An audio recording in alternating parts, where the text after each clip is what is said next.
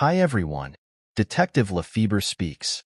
It was well past midnight when the phone rang, a sound that sliced through the stillness of my study. I was in the middle of reviewing an old case when the call came in. The voice on the other end was shaky, almost inaudible at first. "Is this the detective?" the man asked. I confirmed, and he continued in a hurried, panicked tone. "My name is Walter McGinty. I need your help. It's about my neighbor, Mrs. Weatherby. She's lost her mind, completely mad, and now people are missing." The urgency in his voice pulled me in. As Walter spoke, he revealed that the once sweet and reclusive widow, Agnes Weatherby, had recently been acting erratically. "She's not the same since her husband died," he whispered, as though she might overhear him. "You've got to come to Whitestone Lane. Something's very wrong." Though I had no real evidence to go on, the tone in Walter's voice was enough to warrant my attention. Little did I know, this call would lead me into one of the darkest cases of my career. The next morning, I arrived at Whitestone Lane, a sleepy, cobblestone cul-de-sac hidden in a forgotten corner of the countryside.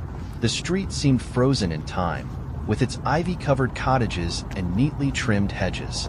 Yet there was something distinctly off about the place. The Weatherby house sat at the very end, apart from the others. Its paint was peeling, and the garden was an overgrown jungle of twisting vines and tangled roses. The shutters hung askew, as though the house itself had grown tired of holding itself together. The fog rolled in thick that morning, cloaking the lane in a damp gray shroud. Even the birds seemed to avoid the area, their songs conspicuously absent. Walter McGinty was waiting for me outside his modest brick home. He was a wiry man in his 70s, with a face lined by years of worry. He wrung his hands nervously as I approached. "She's dangerous," he said without preamble, "and I think she knows I called you." Walter led me to his porch, his watery blue eyes darting to Agnes's house as though she might appear at any moment. "You've got to understand," he said in a hushed tone. "Agnes wasn't always like this. She used to be kind, kept to herself after her husband passed. But a few months ago, she started changing." "Changing how?" I pressed. "She talks to herself, for one thing," he said. "Stands in her garden all hours of the night, digging and muttering. And the screams. I heard them a few nights ago, blood-curdling screams coming from her house." Walter's voice dropped to a whisper. "And then there's the Youngs, Henry and Clara. They live, or lived, 2 houses down. No one's seen them in a week. The last time I saw them, they were heading toward Agnes's place." His words sent a chill through me, but I remained skeptical. "And you're certain Agnes is involved?" Walter hesitated. "I can't prove it," he admitted, "but I know what I saw. She's hiding something. You'll see." As we spoke, the door to the Weatherby house creaked open. There she was, Agnes Weatherby herself, a frail figure dressed in an oversized cardigan and a faded floral dress. She looked like any other elderly widow, but there was something in her piercing blue eyes that unnerved me. Her gaze fixed on Walter, and her voice carried across the lane like a blade. "What are you whispering about, Walter? Always poking your nose where it doesn't belong." She stepped onto her porch, gripping a gardening spade as though it were a weapon. Her knuckles were white around the handle, and her expression was a mixture of defiance and paranoia. "I'm just chatting with this gentleman, Agnes," Walter said, his voice cracking slightly. She turned her sharp eyes to me, sizing me up. "And who might you be?" she asked. "I'm here to help a friend look into some recent events," I said carefully. "Would you mind if I asked you a few questions?" Her lips twisted into a bitter smile. "Oh, I'm sure you would, but I don't have time for nosy strangers. Some of us have work to do." She jabbed the spade into the ground for emphasis before retreating into her house and slamming the door. After Agnes disappeared into her home, I turned back to Walter. He was visibly shaken. "You see what I mean," he said. "She's not right in the head. And the Youngs." I asked Walter to tell me more about the missing neighbors. Henry and Clara Young had moved to Whitestone Lane 5 years ago, a quiet couple in their early 50s. They had a reputation for being friendly but private. "They weren't close to Agnes as far as I know," Walter said. "But about a week ago, Clara told me she was going over there to have a word. She didn't say what about." What happened after that? I asked. No one's seen them since, Walter replied. Their house is dark, the post is piling up, and their dog's been howling for days. I decided it was time to dig deeper, literally and figuratively. Something was buried here, and I intended to uncover it. Walter's testimony, though compelling, wasn't enough to justify confronting Agnes outright. I needed tangible proof, something that tied her to the Youngs' disappearance. So I decided to survey her garden from a discreet distance. It was a chaotic sprawl of weeds, overgrown roses, and half-dead plants, as though nature itself was in rebellion. As I moved closer to the edge of her property, my boot hit something solid and unexpected. Bending down, I brushed away the dirt to reveal a woman's shoe. It was caked in mud but unmistakably feminine, with a broken heel. A shiver ran down my spine. Walter had mentioned Clara Young visiting Agnes's home before she disappeared. I slipped the shoe into a bag and decided to tread carefully, literally and figuratively. The next morning, I approached Agnes's house under the guise of being a traveling gardener offering services. She eyed me suspiciously through the cracked door, but eventually let me in when I complimented her roses. Inside, the house was a claustrophobic maze of old furniture, faded wallpaper, and an oppressive warmth that made the air feel heavy. The faint smell of lavender hung in the air, but beneath it was something foul, something I couldn't place. "Don't mind the mess," she muttered, gesturing vaguely to the clutter. "A house is just like a person, you know? It falls apart when it's left alone." Her words hung with an eerie weight, but I smiled politely and kept the conversation light. While she rambled about her late husband, I subtly scanned the room for anything out of place. That's when I noticed the mantel, lined with photographs of her and her husband. One picture stood out: Agnes and her late husband smiling beside a freshly dug hole in their garden. The date scrawled on the back of the frame was the year of his death. As Agnes continued to talk, my eyes wandered to a door at the end of the hallway. Unlike the rest of the house, this door was pristine, its brass handle gleaming as if it were polished daily. "What's behind that door?" I asked casually. Agnes froze, her fingers tightening around the teacup she held. "It's my sanctuary," she said sharply. "No one goes in there." Her sudden defensiveness piqued my curiosity.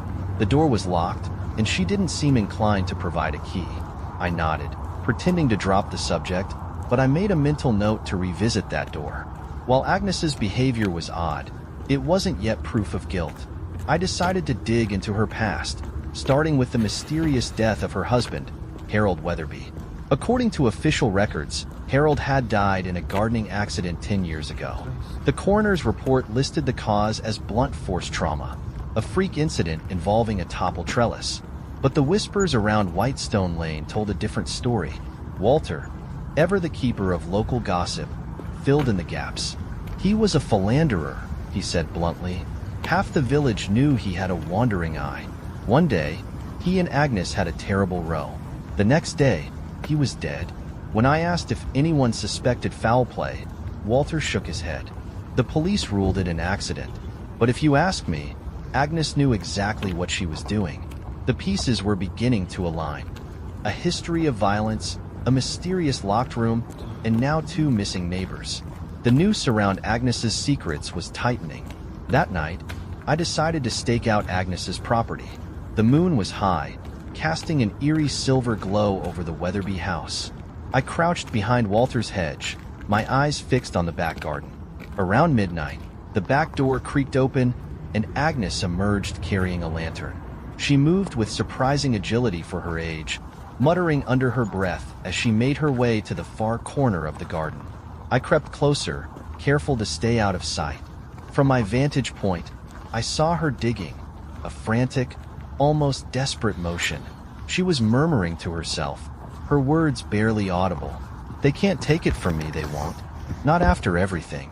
My breath caught when she pulled something from the ground, a bundle wrapped in dirty cloth. It was small, but the way she cradled it sent a shiver down my spine. She wept quietly over it for a moment before reburying it and returning to the house. I waited until she was safely inside before approaching the spot where she had been digging. The soil was freshly turned, but without proper tools, I didn't risk disturbing it further. Still, I knew there was something buried there, something Agnes didn't want the world to see. I returned the next day with proper tools, under the guise of checking the property's fencing. Walter provided cover by engaging Agnes in conversation from across the street, ensuring she wouldn't spot me.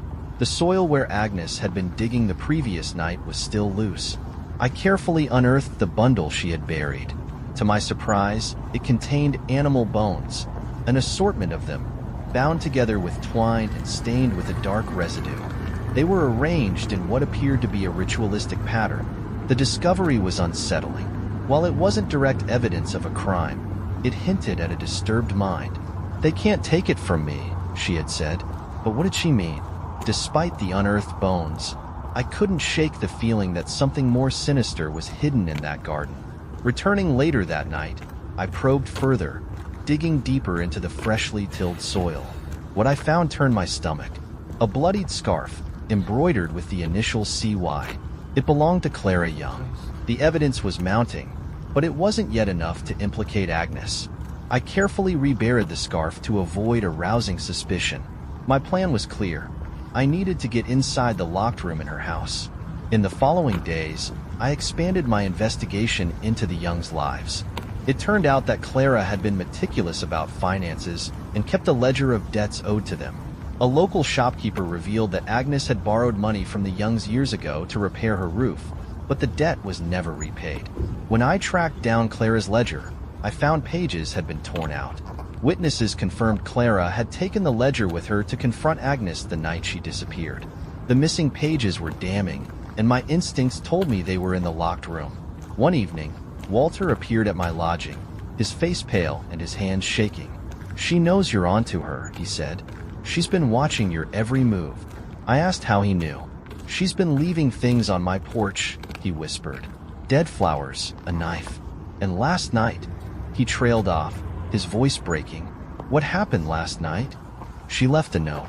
It said, 'Stay out of my business, or you'll regret it.'" Walter's fear was palpable, but it only strengthened my resolve. Armed with a growing suspicion, I revisited Agnes's house under the pretense of offering to fix her gate. While she busied herself in the kitchen, I searched for anything out of place.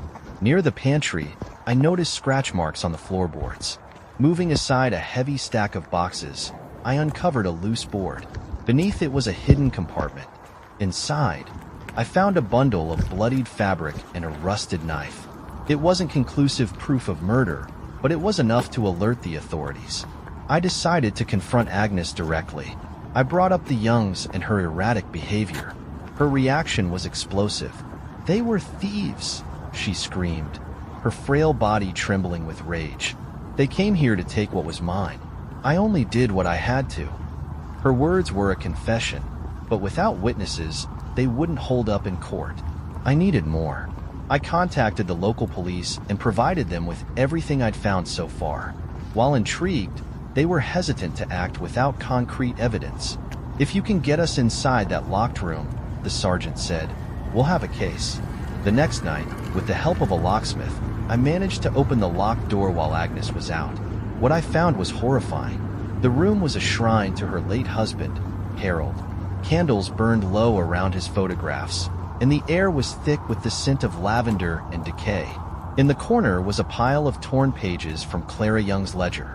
Scattered around the room were scratches on the floorboards, as though someone had been dragged.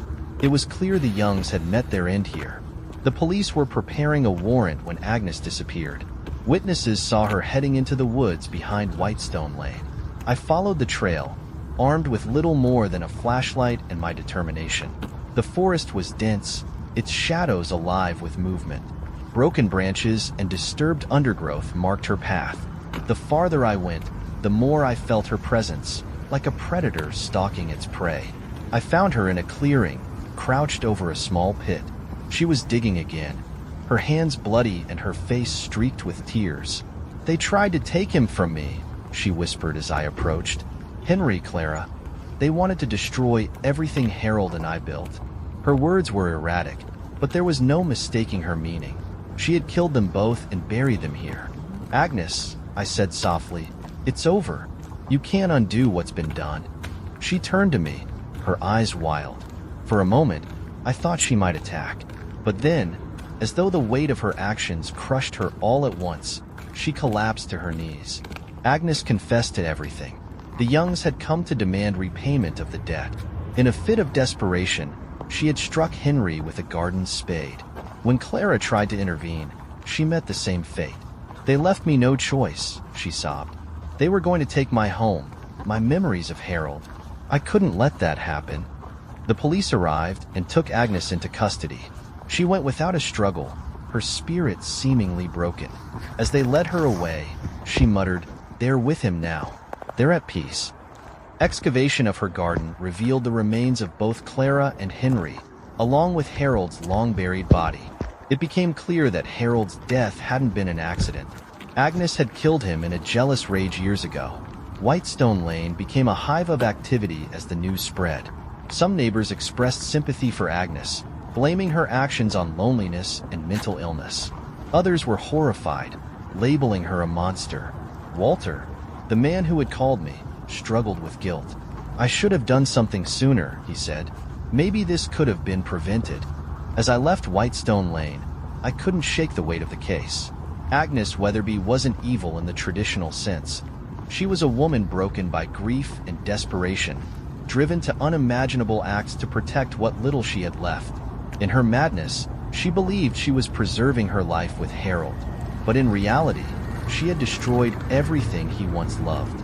The case remains one of the darkest I've ever encountered, a grim reminder of how isolation and unchecked pain can twist even the kindest soul into a figure of tragedy and horror.